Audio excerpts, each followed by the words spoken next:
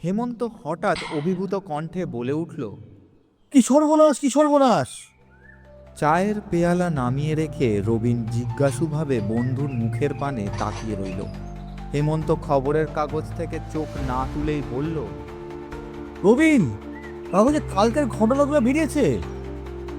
আমাদের পক্ষে ও তো পুরনো খবর, এর জন্য তোমার এতটা অভিভূত হওয়ার কারণ নেই। না, আমি অভিভূত হয়েছি আর একটা খবর পড়ে। অবনীবাবুর হত্যাকারী কাল রাত্রে আরেক জায়গাতেও আর একটা হত্যানাট্যে অভিনয় করেছে। বলো কি, বলো কি?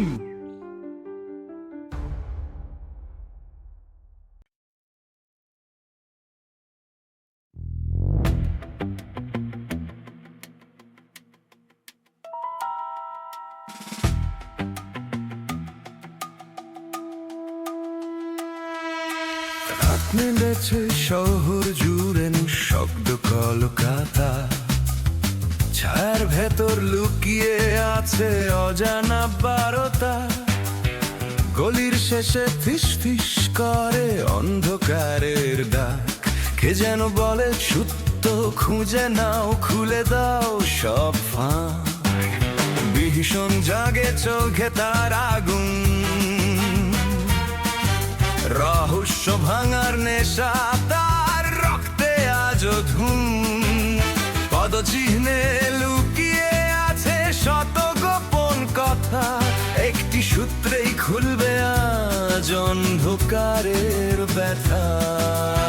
ঘড়ির কাঁটা থেমে যায়, নিঃশ্বাস হয় ধীর, মিথ্যার মুখোশ খুলে দেয় সত্যের তীর। শেষে ভোরের আলোয় শহর জেগে ওঠে আবার, বিভীষণের জাগরণে মুছে যায় অন্ধকার।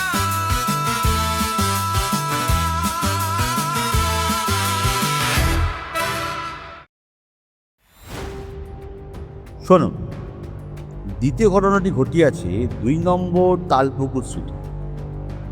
বাড়ির মালিকের নাম বিধুরঞ্জন বসু। তিনি চিরকুমার, বয়স প্রায় 45। তাহার আত্মীয় স্বজন কেহ নাই, অন্তত তাহার সঙ্গে কেহ বাস করিতেন না। বাড়িতে থাকিত কেবল একজন পাচক ও একজন বেয়ার। যতদূর জানা গিয়েছে, বিধুবাবুও অবনীবাবুর মতো ধর্মপ্রাণ লোক ছিলেন। তান্ত্রিক পূজা অর্চনাই ছিল তার জীবনের প্রধান আনন্দ, এবং তাহার বাড়িতেও মাঝে মাঝে কোথা হইতে একদল সন্ন্যাসী আসিয়া দিন কয়েকের জন্য রীতিমতো আসর জমাইয়া তুলিতেন। গত রাত্রে প্রায় 1টার সময় অমাবস্যা ও ব্ল্যাক আউটের গাঢ় অন্ধকারের মধ্যে ভীষণ এক গোলমালে প্রতিবেশীদের নিদ্রাভঙ্গ হয়। গোলমাল হইতেছিল বিধুবাবুর বাড়ির ভিতরে। ডাকাত পড়িয়াছে ভাবিয়া প্রতিবেশীরা লাঠি, দা ও অন্যান্য অস্ত্রশস্ত্র লইয়া ছুটিয়া আসে। তাহাদের মধ্যে ছিলেন ওপাড়ার বিখ্যাত ব্যায়ামবীর লাঠিয়াল বিনোদ লাল। সর্বাগ্রে সাহস করিয়া তিনি বিধুবাবুর বাড়ির দরজার নিকট গিয়া উপস্থিত হন। তাহার পর কি হইল কেহ ঠিক করিয়া বলিতে পারে। তবে সকলে বলে, হঠাৎ অন্ধকারের মধ্যে মাটি হইতে 17-18 ফুট ওপরে দপদপ করিয়া জ্বলিয়া উঠিল ভাটার চেয়ে বড় দুটো তীব্র ক্রুদ্ধ ও অগ্নিময় চক্ষু। জাগিয়া উঠিল বজ্রধ্বনির মতো সিংহের গর্জন, ও তারপরেই খলখল অট্টহাস। সঙ্গে সঙ্গে শোনা গেল এক মর্মভেদী আর্তনাদ। তাহার পর সকলের মনে হইল যেন একটা মদমত্ত হস্তি পদভরে পৃথিবী কম্পিত করিয়া দ্রুত বেগে কোথাও চলিয়া গেল। এই কাণ্ডের পর প্রতিবেশীরা কেহই আর অগ্রসর হইতে ভরসা করিল। ইতিমধ্যে কে থানায় ফোন করিয়া খবর দিয়াছিল পুলিশ আসিয়া পড়িল। পুলিশ আসিয়া রাস্তার উপরে সর্বপ্রথমে আবিষ্কার করিল হতভগ্ন যুবক বিনোদলালের মৃতদেহ। কোনো দারুণ হিংস্র জন্তু যেন কাঁধের উপর হইতে তাহার মুণ্ডটা থাবার এক আঘাতে উড়াইয়া দিয়াছে। বাড়ির মধ্যে প্রবেশ করিয়া পুলিশ দেখিল নিচের তলায় পড়িয়া রহিয়াছে বিধুবাবুর পাচক ও বেয়ারার ক্ষতবিক্ষত মৃতদেহ। উপরতলায় শয়নকক্ষের মধ্যে যাহা পাওয়া গিয়াছে তাহাকে বিধুবাবুর দেহ না বলিয়া দেহাবশেষ বলা উচিত, কারণ নৃশংস হত্যাকারী অবনীবাবুর মতন বিধুবাবুর দেহকেও খণ্ড বিখণ্ড করিয়া ফেলিয়াছে। কে এই হত্যাকারী? বেশ বোঝা যায় অবনীবাবু ও বিধুবাবুর হত্যাকারী একই ব্যক্তি। কিন্তু কে সে? একই রাত্রে কেন এই দুই হত্যাকাণ্ড? একদিনে একই ব্যক্তি বা দলের দ্বারা 25টি নরহত্যা কলিকাতায় কখনো হইয়াছে বলিয়া শুনি নাই। এরপরেও আমরা যদি পুলিশকে অকর্মণ্য বলিয়া মনে করি, তাহা হইলে কি অন্যায় করা হইবে? দুই ঘটনার ক্ষেত্রেই সিংহনাদ ও অট্টহাস্য শোনা গিয়াছে। নিহত ব্যক্তিদের দেখিলেও বোঝা যায় কোনো প্রকাণ্ড জন্তুর কবলে পড়িয়াই সকলকে মৃত্যুবরণ করিতে হইয়াছে। অট্টহাস্য করিয়াছে হয়তো হত্যাকারীরাই, কিন্তু সিংহনাদের অর্থ কি? হত্যাকারীরা কি কোনো পালিত পোষমানা সিংহ লইয়া ঘটনাক্ষেত্রে আসিয়াছিল? অনেকে নাকি সন্দেহ করিতেছেন এই দুই হত্যাকাণ্ডের সঙ্গে ভৌতিক ব্যাপারের সম্পর্ক আছে। প্রথম ঘটনাক্ষেত্রে নাকি আশ্চর্য ও প্রকাণ্ড হাত ও পায়ের ছাপ পাওয়া গিয়াছে, কিন্তু আমাদের বিশ্বাস ওইসব হইতেছে পুলিশের চোখকে ধুলি নিক্ষেপের জন্য কৌশলী হত্যাকারীদের ছলনা মাত্র। ওই হাত ও পায়ের ছাপ হইতেছে নকল ছাপ। দুই হত্যাকাণ্ডের মধ্যে আরেকটি লক্ষ্য করিবার বিষয় আছে। দুই স্থলেই কোনো মূল্যবান দ্রব্যাদি চুরি যায় নাই, সুতরাং হত্যার কারণ কিন্তু কোনো অর্থলোভ নয়। ভয়ানক। এর উপরে কোনো রকম মত প্রকাশ করার শক্তি আমার নেই। বন্ধু, খবরের কাগজের রিপোর্টারটি তোমার দলভুক্ত হলেও তোমার চেয়েও উচ্চশ্রেণীর মনুষ্য। কিরকম? ইনি তোমার দলের লোক, কারণ অতিপ্রাকৃত ঘটনায় বিশ্বাস করেন না।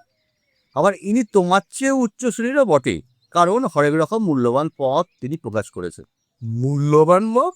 যথা পুলিশ অকর্মণ্য, অট্টহাসি হেসেছে হত্যাকারীরা, তাদের পরিচালনায় হত্যা আর সিংহনাদ করেছে নাকি পোষা সিংহ, সেই হাত আর পায়ের ছাপ নাকি জাল, পুলিশের চোখে ধুলো দেওয়ার জন্য। চুলোই যাক রিপোর্টারের গবেষণা। হেমন্ত, এখন তুমি কি করতে চাও? আপাতত ফোনে গাইয়েছে। ওই যে শোনো, ওই যে ঘন্টা বাজছে। অ্যাসিস্ট্যান্ট কমিশনার সতীশবাবু টনক নড়েছে। তিনি নাকি সোজা আমার বাড়ির দিকে ধাবমান হয়েছেন।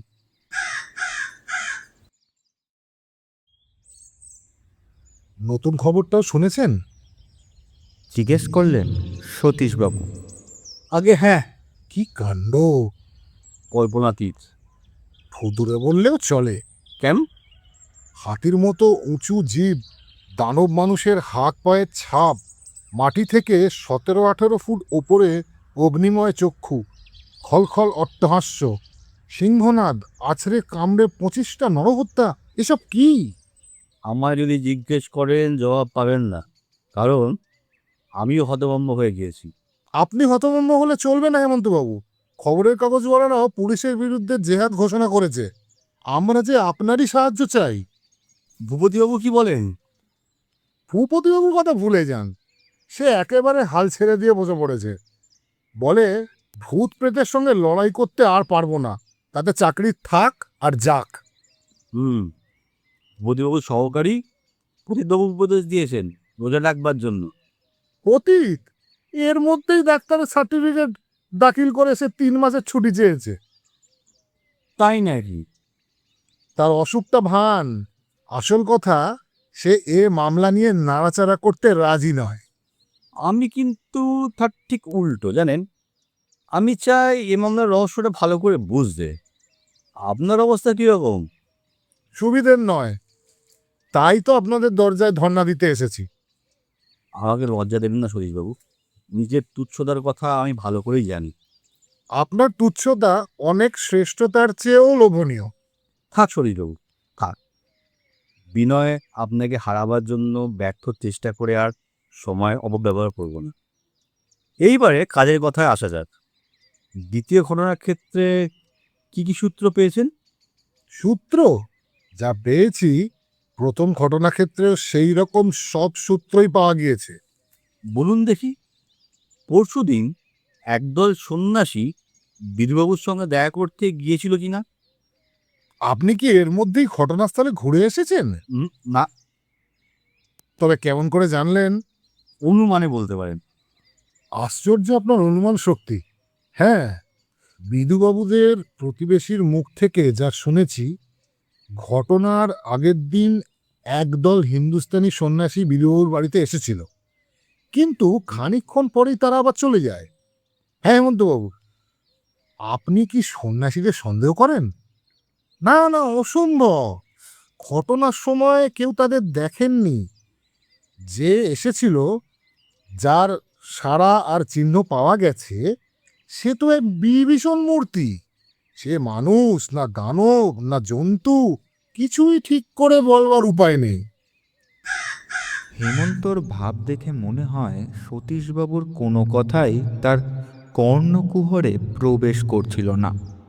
দু চোখ মুদে সে যেন কি গভীর চিন্তায় মগ্ন হয়ে আছে।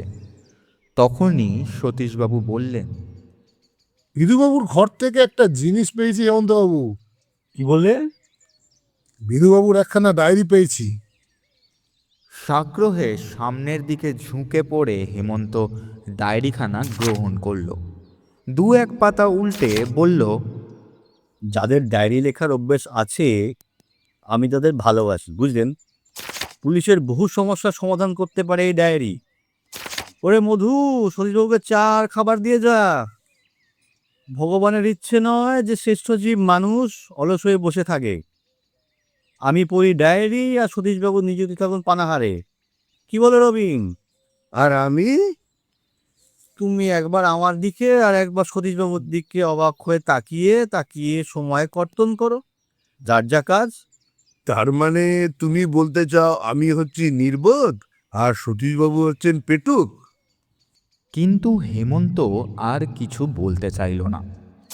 মাথা নিচু করে এক মনে ডায়েরির পাতার পর পাতা উল্টাতে লাগলো। চা আর খাবার এলো। রবিন খবরের কাগজখানা টেনে নিল।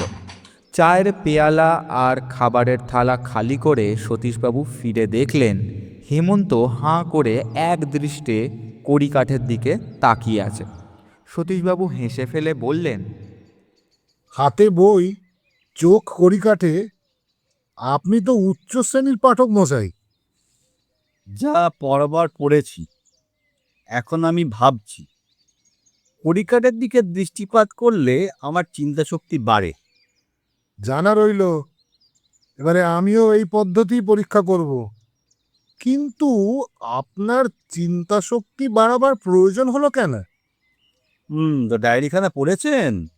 না, এখনো সময় পাইনি। তাহলে এই অংশটুকু শুনুন। না না, অসম্ভব, সম্পূর্ণ অসম্ভব। গুরুর ইচ্ছে হয়েছে বলে পাপাচার সমর্থন করতে পারবো না। একজোটা স্বামীজি বলেছিলেন আমাদের গুরুভক্তি তিনি পরীক্ষা করবেন। মহাকালী নাকি তার স্বপ্নে আদেশ দিয়েছিলেন 1 বৎসর কাল ধরে প্রতি অমাবস্যায় তিনি একটি করে নরবলি চান। গুরুদেব তার শিষ্যমণ্ডলীর ভিতর থেকে 12 জনকে বেছে নিয়ে বললেন, তোমাদের প্রত্যেককে একটি করে বলির জীব সংগ্রহ করতে হবে।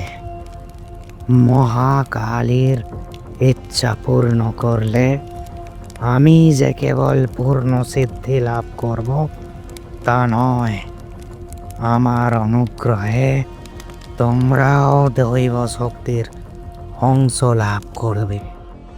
গুরুদেবের অন্য দেশের শিষ্যরা সম্মত হলো, কিন্তু আমরা 3 জন বাঙালি, আমি, অবনী আর শক্তিবোধ, দৃঢ় প্রতিবাদ না জানিয়ে পারলাম না। গুরুদেব ক্ষুব্ধ হলেন। আমরা 3 জনে এক বাক্যে বললুম, আমরা নরহত্যার সাহায্য করতে পারবো না। এমনকি গুরুদেব যদি এই নিষ্ঠুর আর অন্যায় সংকল্প পরিত্যাগ না করেন, তাহলে আমরা পুলিশে খবর দিতে বাধ্য হব। গুরুদেব শাসিয়েছিলেন, চোখ বলের দ্বারা তিনি আমাদের সর্বনাশ করবেন। কিন্তু আমরা তার শাসানি কার্য না করে কলকাতায় চলে এসেছি। আশ্চর্য কথা, কে এই ভয়ানক গুরু? তার নাম আছে বটে, ধাম নেই। ভারতবর্ষে এখনো এমন ধর্মোন্মাদ আছে? ভারতবাসী এখনো অতীতকে ভুলতে পারেনি। ভালো করে খোঁজ নিলে দেখবেন অশিক্ষিতদের তো কথাই নেই। অধিকাংশ শিক্ষিতদের মনেও প্রাচীন সংস্কারের ধারা এখনো অল্প বিস্তর মাত্রায় বর্তমান আছে। মানি, কিন্তু এ যে একেবারে চরম। সতীশবাবু, আমি সূত্র পেয়েছি। পেয়েছেন? আগে হ্যাঁ, অন্তত সূত্রের একটা দিক। যদি সূত্রের অন্য প্রান্ত আছে এখনো নিবিড় অন্ধকারের মধ্যেই। তবেই তো। নির্ভয় হন সতীশবাবু, মামলাটা যতই জমকালো আর চমকদার হোক, একটা হেস্তনেস্ত করতে বোধহয় বেশি বেগ পেতে হবে না। সূত্রের একদিক যখন হাতে পেয়েছি, তখন অন্য প্রান্তে যতই অন্ধকার থাক, এই সূত্রের খেই ধরেই অন্ধের মতো যথাস্থানে গিয়ে হাজির হতে পারব। তাহলে আপাতত আমাদের কর্তব্য কি? শক্তিপদকে আবিষ্কার করুন। শক্তিপদকে কেন? মাথা স্থির করে একটু ভেবে দেখুন। অবনী, বিধু আর শক্তিপদ হচ্ছে কোনো দুরাচার তান্ত্রিক গুরুর বিদ্রোহী শিষ্য। গুরু শাসিয়েছে এই 3 বিদ্রোহী চেলাকে শাস্তি দেবে বলে। 3 জনের মধ্যে 2 জনকেই এক রাত্রেই রহস্যময় উপায়ে পথ থেকে সরানো হয়েছে। বাকি রইল মাত্র 1 জন, আর সেই হচ্ছে শক্তিপদ। খুব সম্ভব সে এখনো ইহলোকে বিদ্যমান আছে, কারণ তার মৃত্যুর খবর এখনো পর্যন্ত পাওয়া যায়নি। সতীশবাবু, ডায়েরি আমাদের সকল সন্দেহ ঘুচিয়ে দিয়েছে। জাগ্রত হন। শক্তিপদকে আমাদের পাওয়া চাই। সেই হবে আমাদের অকুল পাথারের কাণ্ডারি। শক্তিপদকে খুঁজে বের করতে গেলে সময়ের দরকার। ইতিমধ্যেই যে সে খুনিদের খপ্পরে গিয়ে পড়বে না, এমন কথা কে বলতে পারে? কেউ বলতে পারে না সতীশবাবু, কেউ বলতে পারে না। তার চেয়ে আগে এই নরবলির ভক্ত বদমাইশ গুরুর সন্ধান করা যাক। একেবারে গোড়ায় কোপ মারাই কি ঠিক নয়? এখনো সময় হয়নি। তারপর দেখুন, প্রথমত আমরা গুরুমশাইয়ের ঠিকানা পর্যন্ত জানি না। দ্বিতীয়ত, সে এখনো নরবলি দিয়েছে কিনা তার কোনো প্রমাণ নেই। সুতরাং ও অপরাধে তাকে গ্রেপ্তার করা সম্ভব নয়। তৃতীয়ত, কলকাতার এই 2 মহা হত্যাকাণ্ডের জন্যও তাকে বা তার দলকে বন্দি করার মতো প্রমাণ আমার হাতে নেই। তবে তাকে লক্ষ্য করে আমাদের কী লাভ হবে? আপনার কথা যুক্তিসঙ্গত বটে। কিন্তু শক্তিপদকে যদি আমরা হাতে পাই, গুরুকে হস্তগত করতে বেশি বিলম্ব হবে না। আচ্ছা রসুন, শক্তিপদ লাভ করার একটি সহজ উপায় আমার মাথায় আছে। হ্যাঁ, সেই ঠিক। রবীন, কাগজ কলম নিয়ে বসো তো, যা বলি লিখে না। শক্তিপদ বাবু, আপনি অবনীকান্ত রায়চৌধুরী ও বিধুভূষণ বসুর গুরু ভাই। আপনার মাথার উপরে বিপদের খাড়া ঝুলছে। যদি নিজের প্রাণ রক্ষা করতে আর বন্ধু হত্যার প্রতিশোধ দিতে চান, তাহলে বিনা বিলম্বে নিম্নলিখিত ঠিকানায় এসে আমাদের সঙ্গে দেখা করবেন। ইতি হেমন্ত। তুমি বোধহয় চিঠিখানা খবরের কাগজের বিজ্ঞাপনের পৃষ্ঠায় প্রকাশ করতে চাও, তাই না? হ্যাঁ, সমস্ত বাংলা কাগজে। এই বিজ্ঞাপন হত্যাকারীদের চোখে পড়বে, তারাও সাবধান হয়ে যাবে। ডায়েরিতেও দেখেছি, আর সুদর্শনবাবুদের মুখেও শুনেছি। সন্ন্যাসীরা সকলেই হিন্দুস্তানি। সম্ভবত তারা বাংলা পড়তে জানে না। তুমি যা বললে, সে সম্ভাবনাও যে নেই তা নয়। তবু দৈবের উপর নির্ভর করলুম আর কি। হয়তো দৈব আমাদের সহায় হবে। হেমন্তবাবু, আপনি এত তাড়াতাড়ি চিন্তা করতে আর পথ বাতলাতে পারেন যে চমৎকৃত হতেই হয়। দোহাই সতীশবাবু, কথায় কথায় আমাকে এত উঁচু স্বর্গে তুলবেন না মশাই। আমি মর্তের মানুষ। যদি মাথা ঘুরে যায়, পরে গতর চূর্ণ হয়ে যাবে।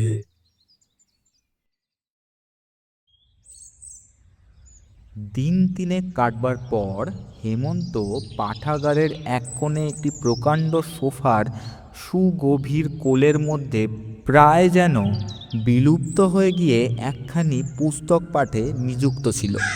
তার সামনের গোল টেবিলের এবং পদতলের কার্পেটের উপরে ছোট বড় মাঝারি ও রোগা মোটা দোহারা হরেক আকারের আর হরেক রঙের গ্রন্থ ছড়ানো রয়েছে। রবিন ঘরের ভিতরে ঢুকে হেমন্তকে প্রথমে খুঁজেই পেল না। সে আপন মনেই বলল, তাই তো, বাড়ির কোথাও নেই। বন্ধু আমার যাত্রা করলেন কোন সিন্ধু পারে? কোথাও নয়, আমাদের বন্ধু তোমার স্তম্ভিত হয়ে আছে তোফা আরামে সোফার অন্তরালে। ওখানে চোরের মতো চুপি চুপি কি করছে হে? প্রেত বিদ্যা চর্চা। প্রেতবিদ্যা অর্থাৎ স্পিরিচুয়ালিজম। শরীরই তুমি, অশরীরীদের নিয়ে হঠাৎ মাথা ঘামানোর কারণ কি? এই কথায় কথায় বড্ড কারণ জানতে চাও রবি। মনে করো শেষের সেদিন কি ভয়ঙ্কর ছাদ। তুমি রইবে চুপটি করে, অন্য করবে সিংহনাদ।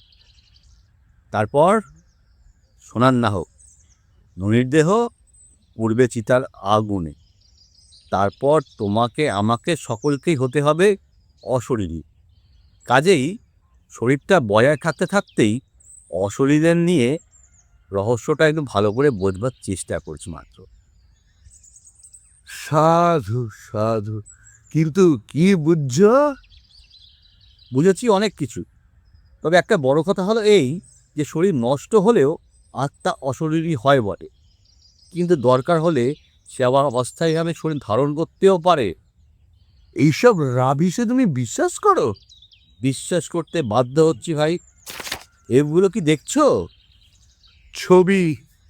ছবি বটে, কিন্তু ফটোগ্রাফ, প্রেতাত্মাদের ফটো। জাল। জাল? তুমি কি বিচার করে কথা বলছো? প্রেততত্ত্বের কি জানো তুমি? কিচ্ছু না ভাই, কিচ্ছু না, জানতেও চেও না। প্রেতত্ত্বে আমার বিশ্বাস নেই। তুমি খ্রিস্ট ধর্মে বিশ্বাস করো? না। তুমি খ্রিস্ট ধর্মকে জাল মনে করো? না, কেন? তুমি তো খ্রিস্ট ধর্ম বিশ্বাস করো না। বিশ্বাস না করা এক কথা, জাল বলা আরেক কথা। খ্রিস্ট ধর্মে ভালো মন্দ জানি না বলেই বিশ্বাস করি না। তবে প্রেততত্ত্বে তোমার বিশ্বাস নেই বলেই ফটোগ্রাফিগুলোকে জাল বললে কেন? Sir William Crookes, sir Oliver Lodge, sir Conan Doyle, Wallace, Flammarion, Stead প্রমুখ পৃথিবী বিখ্যাত বৈজ্ঞানিক, রাসায়নিক, জ্যোতির্বিদ, দার্শনিক আরও লেখকদের মধ্যে পণ্ডিত লোকেরাও পরম শ্রদ্ধার সঙ্গে প্রেততত্ত্ব নিয়ে আলোচনা করেছে। তার প্রতি তাচ্ছিল্য প্রকাশ করলে বুদ্ধি বা বিদ্যা কিছুরই পরিচয় দেওয়া হয় না। যা জানো না তাকে অবহেলা করুন। ও বাহাদুরি নয়, ও মূর্খতা। আমার দু অক্ষরে একটিমাত্র কথার ওপরে তোমার অসংখ্য অক্ষরের এত বড় বক্তৃতা হচ্ছে শানকির ওপরে বজ্রাঘাতের মতো। বেশ ভাই, অপরাধ হয়েছে, ক্ষমা করো। কিন্তু যদি রাগ না করো, একটা কথা জিজ্ঞেস করতে পারি কি? অনায়াসে। প্রেততত্ত্ব নিয়ে এত গভীর আলোচনা কেন? আমিও দেখতে চাই কতভাবে, কত উপায়ে প্রেতাত্মারা স্থূল শরীর লাভ করতে পারে। দেখে তোমার লাভ? জ্ঞান। প্রেততত্ত্ববিদরা আর একটা কথা বলে, তুমি শুনলে অবাক হয়ে যাবে রবি। কি কথা? প্রত্যেক ভাব বা মানসিক চিন্তা হচ্ছে বস্তু। বুঝলুম না। প্রত্যেক ভাব বা মানসিক চিন্তার একটা নিজস্ব রূপ আছে। সেই রূপকে চোখের সামনে দেখানো যায়। আরো পরিষ্কার করে বলো। এইসব বিষয়ে আমি হচ্ছি শিশুর মতো নির্বোধ। তোমাকে বোঝাবার জন্য আমি খুব সহজ একটা উপমা দিচ্ছি। ধরো লক্ষ্মী, এই দেবীটি হিন্দু সংসারে নিত্য পুজোপান বটে। কাব্যেও এর বর্ণনা পাওয়া যায়। একে সচক্ষে কেউ দেখেছে বলে শুনিনি। প্রেততত্ত্ববিদদের মত মানলে বলতে হয় লক্ষ্মী দেবীকে স্থূল শরীরে পৃথিবীতে অবতীর্ণ করা যায়। কি বলছো সুমন্ত? লক্ষ্মী দেবীর একটা চিন্তা বা ভাবের প্রতিমা প্রত্যেক হিন্দুর মনেই বিরাজ করে। মানুষ চক্ষে সেই ভাব প্রতিমা দেখে ভক্ত করে পূজা, কবি আঁকে শব্দ ছবি, আবার শিল্পী করে মূর্তি। ভক্তি বা শিল্পের রাজ্যে বাস্তবতা নেই, যথার্থ জীবনও নেই। কিন্তু প্রেততত্ত্ববিদরা বলেন আমরা ইচ্ছে করলে গভীর ধ্যান বা ইচ্ছাশক্তির দ্বারা লক্ষ্মী দেবীকে শরীরিণী আর জীবন্ত করে তুলতে পারি। তিনি তখন কথা কইবেন, চলে বেড়াবেন, আমাদের স্পর্শও করবেন।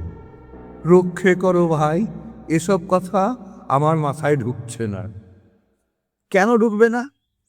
পাকেও তো পদ্ম ফুল ফোটে। তার মানে তুমি বলতে চাও আমার মাথাটি গোবরে ভরা? যা বোঝো তাই।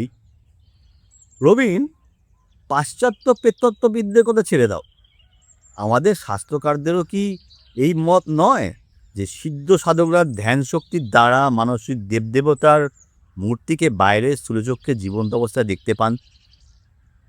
তা যদি তারা দেখতে না পেতেন, শ্রীচৈতন্য প্রভৃতি শত শত মহাজ্ঞানী সাধক যুগে যুগে কিসের পিছনে ছুটে নিজেদের সারা জীবন কাটিয়ে দিয়ে গিয়েছেন? আমার দৃঢ় বিশ্বাস, নাটোরের মহারাজা রামকৃষ্ণ, সাধক রামপ্রসাদ, একালে রামকৃষ্ণ পরমহংস সকলেই বাইরের পৃথিবীতে সচক্ষে জীবন্ত কালীদেবীকে দর্শন করেছেন। তোমার কথার প্রতিবাদ করতে চাই না, কিন্তু যখন আমরা সাধক নই, কখনো হতেও পারবো বলে মনে হয় না, তখন ওসব অজানা ব্যাপার নিয়ে তর্ক করারও দরকার নেই। তুমি বললে, আমি শুনলুম, ব্যাস ফুরিয়ে গেল। ফুরিয়ে যায় না ভাই, ফুরিয়ে যায় না। অজানাকে জানবার চেষ্টা হচ্ছে মানুষের প্রধান ধর্ম। অজানাকে জানবার চেষ্টা না করলে মানুষ আজ সভ্য হতো না। হঠাৎ মধু বেয়ারা ঘরে ঢুকে বলল, একটি বাবু ডাকছেন। কেন? কি না? কেন তা জানি না, তবে নাম বললেন শক্তিপদ মজুমদার। শক্তিপদ, যা যা এখানে ডেকে আন। শক্তিপদবাবুকে ধন্যবাদ, প্রেতত্ত্বের কবল থেকে নিস্তার পেলুম। শুনছিলেন হেমেন্দ্র কুমার রায়ের লেখা বিভীষণের জাগরণের 3য় পর্ব। গল্পটি যদি ভালো লেগে থাকে গল্পটি অবশ্যই লাইক করবেন, চ্যানেলটিকে সাবস্ক্রাইব করবেন এবং প্রিয়জনদের সাথে অবশ্যই শেয়ার করবেন। আমরা আবার আসছি এর অন্তিম পর্ব নিয়ে পরের সপ্তাহে। ততক্ষণের জন্য ভালো থাকুন, সুস্থ থাকুন এবং ভয় পাওয়ার জন্য প্রস্তুত থাকুন। ধন্যবাদ।